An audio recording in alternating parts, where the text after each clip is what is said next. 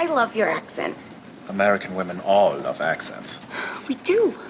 Because we don't got none. There are some superhero characters that are cast so perfectly that you just can't see anyone else inhabiting the role. Robert Downey Jr. as Iron Man, Christopher Reeve as Superman, and Margot Robbie as Harley Quinn. She's a perfectly cast actor, bringing her character to life in a way that just about eclipses everything else in the DCEU. And yet, a character's portrayal is only as good as the writing, and no matter how good Margot Robbie is, there was a key juncture in the life of the character on celluloid that almost permanently sent things spiraling out of control. Seriously, the hell's wrong with you people? We're bad guys. It's what we do.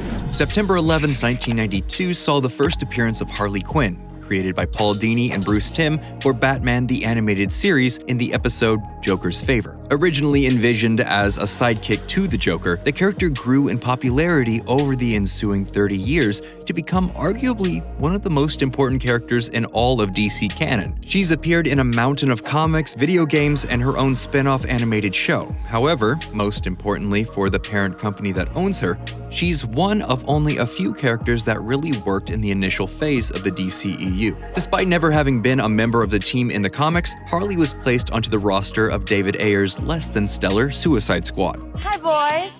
Harley Quinn. While the film pulled in roughly $750 million at the box office, it was saddled with heavy critique and a deeply mixed fan reaction. A large percentage of this was due to extensive reshoots and re-edits due to WB attempting to pivot the tone of the movie at the 11th hour after seeing the runaway success of Guardians of the Galaxy. However, the element of the project that was universally praised was Robbie's performance in the film. Overnight, Harleen Quinzel was the centerpiece of the DCEU. Now remember, at this point, the universe was being steered by Zack Snyder, which had its own baggage. Suicide Squad was the first movie to be produced away from his direct auteur viewpoint, and people were instantly clamoring for more Harley Quinn. We just saved the world.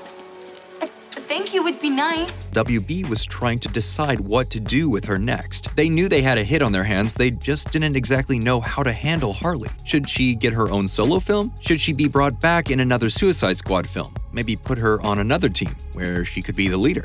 Once they decided to ostensibly choose D, all of the above, WB went right to the source. They brought Margot Robbie into the fold as a producer and asked her to develop a vehicle for Harley, as well as getting her to agree to appear in a Suicide Squad sequel at some point. This resulted in two possible directions, a Gotham City Sirens project or a Birds of Prey project. Gotham City Sirens is usually a supervillain hangout book that features Catwoman, Poison Ivy, and Harley going on adventures together. Birds of Prey, on the other hand, is a long-running and beloved Bat Family superhero book that usually features Black Canary, Oracle, and Huntress, and an assortment of other women vigilantes from around the DCU fighting crime. But you know who's not on that team? Harley Quinn. So which of these two projects did Margot Robbie pick? How could they collectively build on the success that they'd established with her character as a fast-talking, zany criminal in Suicide Squad? Something tells me a whole lot of people are about to die. How could they take her character to the next level? Really give her the spotlight she deserved? Well, she selected the Birds of Prey as the vehicle to accomplish all of these tasks. The approach that the film takes to integrating Harley into the team is actually really ingenious. It establishes the recognizable cast of characters quickly and effectively. However, it keeps most of the plot and internal momentum of the story surrounding Harley. The structure and the style of the movie feels almost pitch perfect for a Harley Quinn vehicle. Is it a great Birds of Prey movie? Well, maybe not, but it's a really fun Harley movie. We should order pizza. Hey, Cosmos. Harley, focus. Okay, yeah. Unfortunately, the script makes one crucial error with her characterization. The film comes dangerously close to breaking the character of Harley by pushing her too far. She's basically Deadpool. How do I be like you? Except for the crazy part. Number one, no one is like me. There's a difference between trying to emulate the successful aspects of Deadpool's character and just grafting whole-cloth Deadpool attributes onto Harley. They decided to lean into the irreverent, self-aware, comedic anti-villain archetype, and that alone probably would have been fine. The only problem is that Deadpool had just come out in 2016. His specific brand of comedy and character archetype was fresh in everyone's mind.